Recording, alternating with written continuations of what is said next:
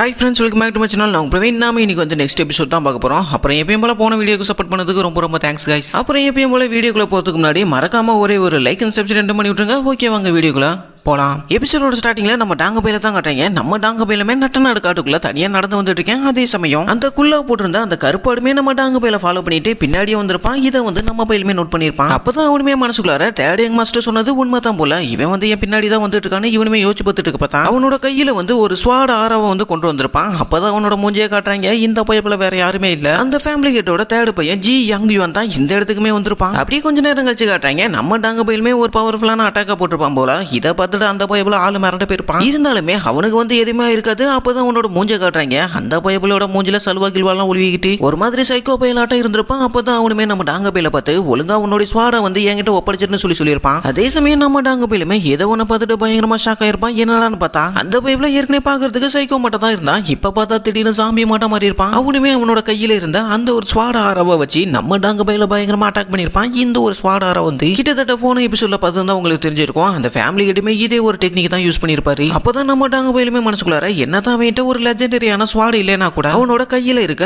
அந்த ஒரு ஸ்வாடார வந்து லெஜெண்டரி வெப்பன்ஸோட ரொம்பவே பவர்ஃபுல்லா இருக்குது. அதோட அவனுடைய இன்டர்னல் எனர்ஜி வந்து ரொம்பவே எக்ஸ்ட்ராடினரியாவும் குவான்டிட்டியாவும் குவாலிட்டியாவும் இருக்குது அப்படின்னு அவனுமே நினைச்சு பார்த்துட்டு இருக்க பார்த்தா அவனுமே அவனுடைய டிமானிக் எனர்ஜி வச்சுட்டு குணாய் மாட்டம் ஏதோ ஒன்று வானத்துல கொண்டு வரான். நம்ம டாங்க பையிலுமே அதை பார்த்துட்டு ஷாக் ஆயிருக்க. அந்த ஒரு கேப்ல டே மஞ்ச மாட்டா ஓரமா போடான்னு ஒரு சத்தமுமே கேட்க ஆரம்பிக்குது. யாருடான்னு பார்த்தா அந்த இடத்துல நம்ம ஸ்குவாட் லீடர் பேசிக் டிமன் டிவைன் பிஸ்டன் சொல்லிட்டு ஒரு பவர்ஃபுல்லான ஒரு பிஸ்ட் அட்டாக் பண்ணி அந்த பைபிள அங்கிருந்து தெறிக்க விட்டுருக்கோம். அதே சமயம் என்னதான் இவ பவர்ஃபுல்லான ஒரு பிஸ்ட் அட்டாக் பண்ணியிருந்தாலுமே அந்த பைபிளுக்கு எதுவுமே ஆயிருக்காது. அதே சமயம் நம்ம டாங்க பையிலுமே நம்ம ஸ்குவாட் லீடரை பார்த்து ஹெல்ப் பண்ணதுக்கு ரொம்பவே நன்றின்னு சொல்லியிருப்பாங்க. அப்பதான் அவளுமே அதுக்குள்ள நமக்கு இப்ப நேரம் இல்ல, நான் பண்ண அந்த ஒரு பிஸ்ட் அட்டாக்லயே எனக்கு நல்லாவே தெரிஞ்சு போச்சு. அவனுடைய உடம்பு வந்து ஒரு 10,000 வருஷம் பழமையான கோல்டு அயன் மாட்டம் ரொம்பவே ஸ்ட்ராங்கா இருக்குது. அதோட மட்டும் இல்லாம அவனுடைய இன்டர்னல் எனர்ஜி எவ்வளவு இருக்குதுன்னு என்னால சொல்லக்கூட முடியலன்னு இவளுமே சொல்லிட்டு இருக்க பார்த்தாங்க. கரெக்டா அந்த தேர்ட் சனுமே எனக்கு வந்து அந்த ஸ்வாடுமே வேணும்னு சொல்லிட்டு அவனுமே ஒரு மாதிரி வெறி பிடிச்ச மாட்டான் நம்ம பையங்களை அட்டாக் பண்றதுக்காக வந்திருப்பான். அதை பார்த்துட்டு நம்ம பையலுங்க பயங்கரமா ஷாக்கா இருப்பாங்க. என்னடான்னு பார்த்தா அந்த பையன் வந்த வேகத்துக்கு நம்ம டாங்க பையன் கையில வச்சிருந்த அந்த ஒரு சைலண்ட் கிங் ஸ்வாட வந்து பிடிச்சிருப்பான். பிடிச்சது மட்டும் இல்லாம அந்த ஒரு ஸ்வாடுல இருந்த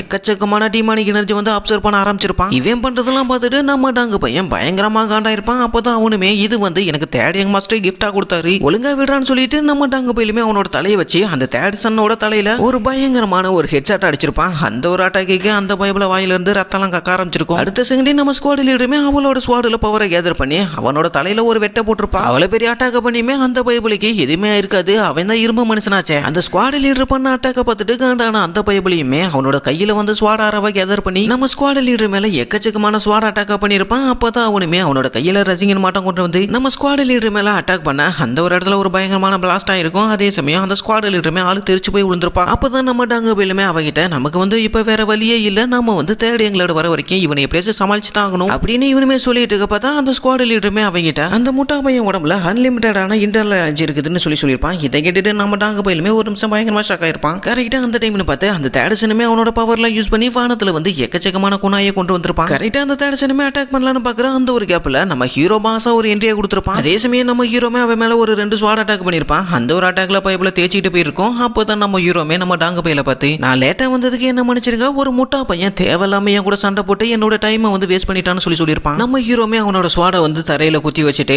அவனுமே அந்த தேர்ட் சனை பார்த்துட்டு இருக்கா பார்த்தா அந்த பைய போல நம்ம ஹீரோவை வெறி பிடிச்ச சைக்கோ மட்டும் அட்டாக் பண்ண ஆரம்பிச்சிருப்பான். அவன் பண்ற எல்லா அட்டாக்லயுமே நம்ம ஹீரோ எப்பயும் போல அசால்ட்டா டார்ஜ் பண்ணிட்டு இருப்பான். அப்பதான் நம்ம ஹீரோமே மனசுக்குள்ளார இவன் என்னதான் பவர்ஃபுல்லாவும் ஸ்ட்ராங்காவுமே இருந்தாலுமே கூட இவனுடைய மார்ஷல் ஆர்ட்ஸ் ஸ்கில்ல பார்க்கும்போது ஒரு குழந்தையோட கையில ஒரு மர கத்தியை கொடுத்து விளையாடுற மாட்டா இருக்குதுன்னு நம்ம பையிலுமே யோசிச்சு பார்த்துட்டு இருக்கேன். அதே சமயம் அந்த தேர்ட் சனுமே நம்ம ஹீரோ பார்த்து எனக்கு வந்து இன்னும் நிறைய டிமானிக் எனர்ஜி வேணும்னு சொல்லிட்டு நம்ம பையில பயங்கரமா அட்டாக் பண்ண ஆரம்பிச்சிருப்பான். அதோட அவனுமே நம்ம ஹீரோக்கு ரொம்பவே க்ளோஸா வந்திருப்பான். இதை பார்த்துட்டு கடுப்பான நம்ம ஹீரோமே அவனுடைய டிமானிக் எனர்ஜி வந்து பிஸ்டல கேதர் பண்ணி பயங்கரமான ஒரு அட்டாக் பண்ணிருப்பான். அந்த ஒரு அட்டாக்ல பயபுல ஆளு தெரிச்சு போய் விழுந்திருக்கும். நம்ம ஹீரோமே ஒரு ப்ரூஸ்லி போஸ கொடுத்திருப்பான். அப்படியே கொஞ்ச நேரம் கழிச்சு காட்டுறேன் நம்ம ஹீரோட ஸ்வாட் வந்து பயங்கரமா வைப்ரேட் ஆயிட்டு இருந்திருக்கும். அதோட அந்த இடத்துல இருந்து எக்கச்சக்கமான ரத்தமுமே தெரிக்க ஆரம்பிச்சிருக்கும். என்னடான்னு பார்த்தா நம்ம பையன் ஏற்கனவே ஸ்டெம்பு மாட்டம் அவனோட கத்தியை தரையில ஊனி வச்சுட்டு தான் அவன் கூட ஃபைட்டே பண்ணிருப்பான். அதே சமயம் அவனுமே கரெக்டா அவனுமே நம்ம ஹீரோட கத்தி பக்கத்துல தான் வந்து விழுந்திருப்பான். அதோட நம்ம பையன் கிட்டத்தட்ட சைக்கோ மாட்டான் அவனை பயங்கரமா அட்டாக் பண்ண ஆரம்பிச்சிருப்பான். இந்த ஒரு பிக்சர்ல உண்மையிலுமே இந்த ரெண்டு பேத்துல யார் தான் உண்மையான சைக்கோன்னு எனக்கே சொல்ல தெரியல. அதே சேம் டைம் இங்க நடக்கிற சம்பவத்தெல்லாம் பார்த்துட்டு நம்ம பசங்க ரெண்டு பேரும் பயங்கரமா ஷாக் ஆயிருப்பாங்க. அதோட நம்ம டாங்க பையலாம் வெறி பிடிச்ச மாட்டோம் நம்ம ஹீரோ அட்டாக் பண்றதை பார்த்துட்டு நம்ம டாங்க பையன் பயங்கரமா வாய பொழந்திருப்பாங்க. அதோட மட்டும் இல்லாம நம்ம ஹீரோ பண்ற அந்த ஒரு அட்டாக்ல கிட்டத்தட்ட பயங்கரமான ரத்த கிளறியா இருக்கும் அந்த இடம். அப்படியே கட் பண்ணா கொஞ்ச நேரம் கழிச்சு அந்த தேர்ட் சீனை தான் கட்டுறாங்க. பயபோல மூஞ்சி பனியார மாட்டோம் வீங்கி போய் கிடக்குது. அதே சமயம் நம்ம ஹீரோமே இதுக்காக இல்ல என்ன இப்படி ஊத்து பார்த்துட்டு இருக்கீங்கன்னு கேட்க என்னடான்னு பார்த்தா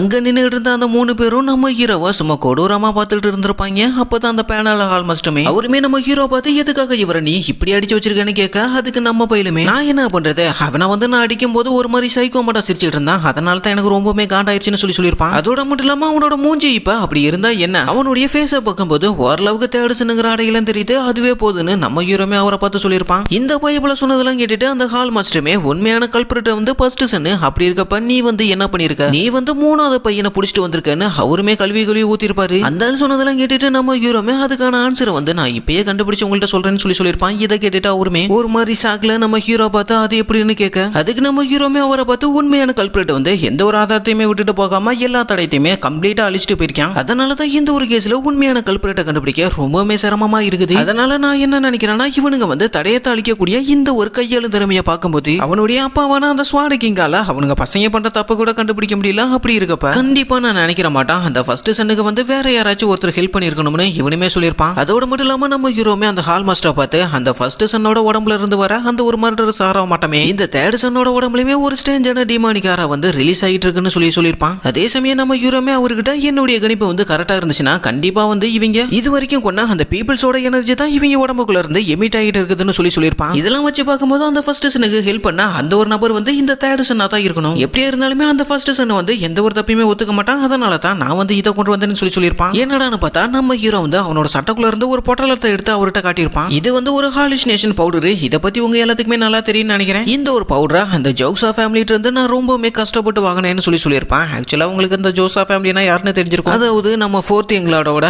அந்த ஒரு ஃபேமிலி தான். நம்ம பையன் இந்த ஒரு பொடியை வாங்கிறதுக்காக யாரையே போட்டு போலன்னு பொழந்திருப்பான் போல. அப்பதான் நம்ம பேனல் ஆல்மோஸ்டுமே நம்ம ஹீரோ பார்த்து என்னதான் இவன் வந்து இவங்க 2 பேரும் பண்ண அந்த ஒரு குற்றத்தை ஒப்புக்கொண்டாலுமே கூட இவங்க பண்ண அந்த ஒரு தப்புக்காக 2 பேரையும் அந்த தண்டனை சட்டமன்றத்தில் நிறுத்தும் போது அந்த ஃபர்ஸ்ட் சன் வந்து அவன் பண்ண அந்த ஒரு குற்றத்தை ஒத்துக்கலனா கண்டிப்பா இவ்வளவு தூரம் நம்ம பண்ண இந்த ஒரு முயற்சி வீணா தான் போகும்னு சொல்லியிருப்பாரு. நம்ம ஹால் மாஸ்டர் சொன்னதெல்லாம் கேட்டுட்டு நம்ம ஹீரோமே அவரை பார்த்து நீங்க ஒண்ணு இதை பத்தி கவலைப்படாதீங்க இந்த ஒரு பிரச்சனையை சமாளிக்கிறதுக்கான ஒரு ஆளு எனக்கு நல்லாவே தெரியும்னு சொல்லியிருப்பான். அப்படியே கட் பண்ணா கொஞ்ச நேரம் கழிச்சு காட்டுறாங்க இந்த டிமானிக் ஸ்வாட் ஃபேமிலியை சேர்ந்த ஹெட் வந்து அந்த கல்ட்டுல இருக்க ஒரு டீ கடையில உட்காந்து டீ குடிச்சுட்டு இருக்காரு. அவருமே மனசுக்குள்ளார இந்த டீயோட சுவை மனம் அப்புறம் இந்த சுற்றுச்சூழலை பார்க்கும்போது ரொம்பவுமே அற்புதமா இருக்குது. அதோட நாளைக்கான அந்த ஒரு நாள் எனக்கு வந்து ரொம்பவுமே சந்தோஷத்தை கொடுக்கக்கூடிய ஒரு நாளா மாற போகுது. என்னுடைய ஃபர்ஸ்ட் பையன் ஜி காங்குயான் வந்து டீமன் லார்டோட டிசபிளா மாற போறான்னு சொல்லிட்டு இவருமே டீயை குடிக்கலான்னு போற அந்த ஒரு கேப்ல நம்ம ஹீரோ அந்த ஒரு இடத்துல ஒரு என்ட்ரியா போட்டிருப்பான். இதை பார்த்துட்டு அந்த ஆளு பயங்கரமா ஷாக்கா இருப்பாரு. என்னது இவனா இவன் வந்து ஒரு மோசமான ஆளச்சே இப்ப வந்து என்ன பிரச்சனை கொண்டு வந்திருக்கான்னு இவருமே யோசிச்சு பார்த்துட்டு இருக்கப்பதான் நம்ம ஹீரோமே அவரை பார்த்து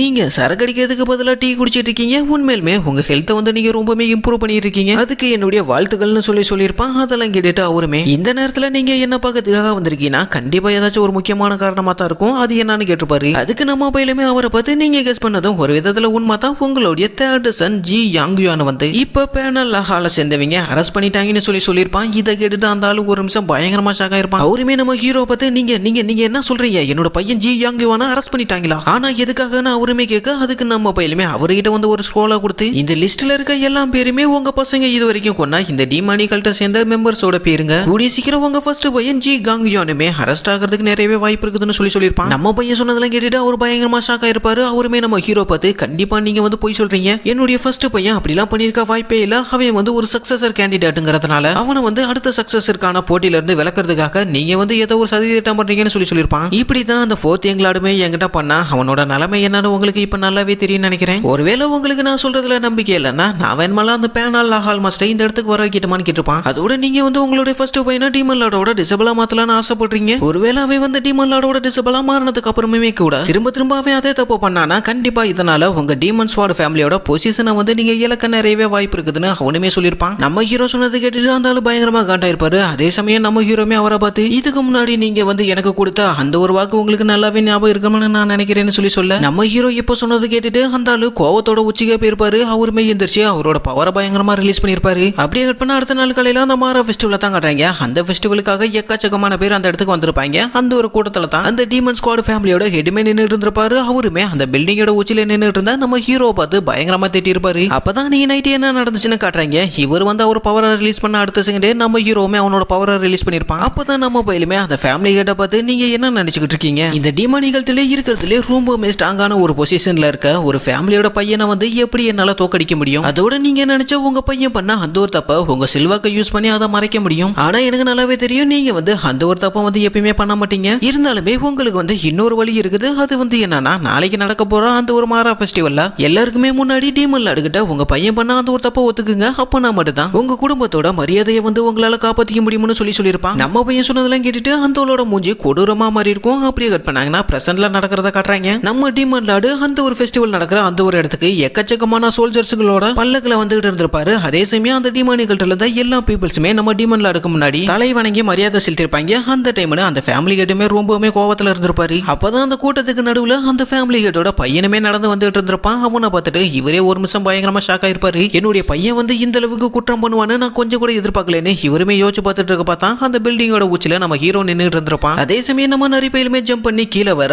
அதை பார்த்துட்டு நம்ம டீமன் லார்டுமே மனசுக்குள்ளார டெலிபதி மூலியமா நம்ம நரிப்பையில பார்த்து உன்னை பார்த்து ரொம்ப நாளாச்சு ஜாக்கல், உன்னை இப்ப பார்க்கும்போது ஒரு குட்டி குழந்தையாட்டம் இருக்கேன்னு சொல்லியிருப்பாரு. இதை கேட்டுட்டு நம்ம நரிப்பையிலுமே அதோட கண்ணுலயே அதோட பவரை ரிலீஸ் பண்ணிருக்கோம். அதை பார்த்துட்டு நம்ம டீமன் லார்டுமே சிரிச்சுக்கிட்டு நீ என்னத்தான் உன்னுடைய உருவத்தை மாத்தினாலுமே கூட உன்னோட பவர் இன்னும் கொஞ்சம் கூட குறையலன்னு சொல்ல வரையான்ட்டு இவருமே பயங்கரமா சிரிச்சிருப்பாரு. கரெக்டா அந்த டைம்னு பார்த்து நம்ம டீமன் லார்டுமே அங்க இருக்க கூட்டத்தில் இருக்க மக்களை பார்த்து இந்த ஒரு சந்திப்பை வந்து நான் ஒரு சில வார்த்தைகள் சொல்லிட்டு முடிக்கிறேன்னு சொல்லியிருப்பாரு. அதோட அவருமே அந்த ஃபேமிலி ஹெட்டை பார்த்து நான் வந்து உன்னுடைய பையனை வந்து என்னோட டிசபிளா ஏத்துக்கிறேன்னு சொல்லியிருப்பாரு. அதை கேட்டுட்டு அந்த ஃபேமிலி ஹெட்டுமே மனசுக்குள்ளார அன்னைக்கு நைட்டு நம்ம ஹீரோ சொன்னதெல்லாம் நினைச்சு பார்த்துட்டு அவருமே நம்ம டீமன் லார்டை பார்த்து என்ன மன்னிச்சிருங்க, என்னோட பையன் வந்து சொல்ல முடியாத ரொம்பவுமே கொடூரமான தப்புகள்லாம் பண்ணியிருக்கான் அப்படின்னு அந்த ஃபேமிலி ஹெட்டுமே நம்ம டீமன் லார்டு பார்த்த சொல்ல இதை கேட்டுட்டு அவர் பயங்கர காண்டுல லைட்டா ஒரு பவரை ரிலீஸ் பண்ணிட்டு அவருமே அந்த ஃபேமிலி ஹெட் கிட்ட நீ வந்து என்னோட டீமன் லார்டு பிளேஸ்ல வந்து என்ன மீட் பண்ணணும்னு சொல்லிட்டு அந்த இடத்த விட்டுமே போயிருப்பாரு. இங்க நடக்கிற அந்த ஒரு சம்பவம் எல்லாத்தையுமே நம்ம ஹீரோ அந்த பில்டிங்கோட உச்சில நின்னுகிட்டு பார்த்துட்டு இருந்திருப்பான். அப்பதான் அவனுமே மனசுக்குள்ளார ஜி காங்கியோன்னு அவ்வளவு தப்பு பண்ணிருக்கான்னு தெரிஞ்சுமே கூட எதுக்காக டீமன் லார்டு அவனை வந்து டிசபிளா எடுக்க முடிவு பண்ணாருன்னு இவனுமே யோசிச்சு பார்த்திருப்பான். அப்படியே கட் பண்ண நம்ம டீமன் லார்டோட பிளேஸ் தான் காட்டுறாங்க. அந்த இடத்துல நம்ம டீமன் லார்டை பார்க்கறதுக்காக நம்ம ஹீரோமே வந்திருப்பான். அவனுமே நம்ம டீமன் லார்டுக்கு ஒரு வணக்கத்தை போட அவருமே நம்ம ஹீரோ பார்த்து நீ வந்து இங்க உட்காருன்னு சொல்லியிருப்பாரு. நம்ம பயிலுமே அங்க போய் உட்காந்துருப்பான். நம்ம டீமன் லார்டுமே நம்ம ஹீரோ பார்த்து நீ வந்து சரக்கு அடிக்கிறதுக்கு உனக்கு எது கிளாஸ் எது வேணுமான்னு கேட்க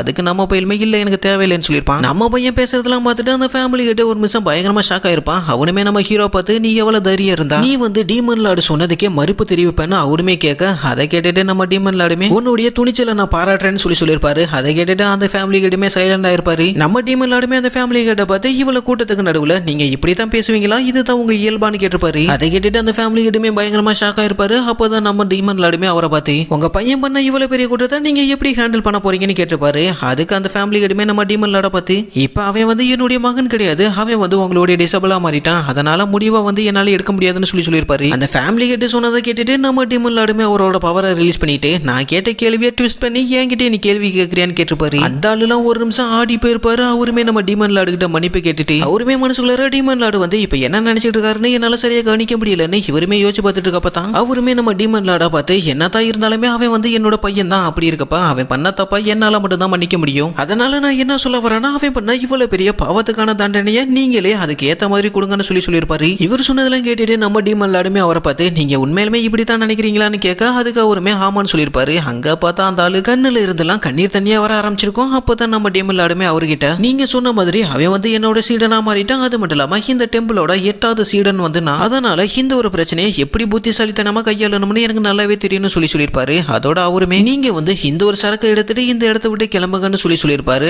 அவருமே நம்ம டீமன் லார்டுக்கு ஒரு வணக்கத்தை போட்டுட்டு அந்த இடத்த விட்டுமே கிளம்பிருப்பாரு. அதே சமயம் நம்ம டீமன் லார்டுமே நம்ம ஹீரோ பார்த்து நீங்க வந்து என்ன ஃபாலோ பண்ணி பின்னாடி வாங்கன்னு சொல்லியிருப்பாரு. அப்பதான் நம்ம டீமன் லார்டுமே நம்ம ஹீரோ பார்த்து நீங்க எதுக்காக டீமன்ஸோட ஃபேமிலியோட ஹெட்டை பார்க்கறதுக்காக போனீங்கன்னு கேட்க அவர் சொன்னது கேட்டுட்டு நம்ம பையன் திருத்திருன்னு முழிச்சிருப்பான். இதோட இந்த ஒரு எபிசோடுமே முடியுது கைஸ். ஓகே ஃப்ரெண்ட்ஸ், வீடியோ பிடிச்சிருந்துச்சுன்னா மறக்காம ஒரே ஒரு லைக் அண்ட் சப்ஸ்கிரைப் பண்ணி விட்டுருங்க. அப்புறம் எப்பயும் போல வீடியோவை யாராச்சும் ஃபுல்லா பார்த்தீங்கன்னா மறக்காம உங்க பேரை கமெண்ட் பண்ணுங்க. அதை வந்து நான் நெக்ஸ்ட் வீடியோலயுமே அப்லோட் பண்றேன். ஓகே ஃப்ரெண்ட்ஸ், நெக்ஸ்ட் வீடியோல பார்க்கலாம். தேங்க்ஸ் ஃபார் வாட்சிங்.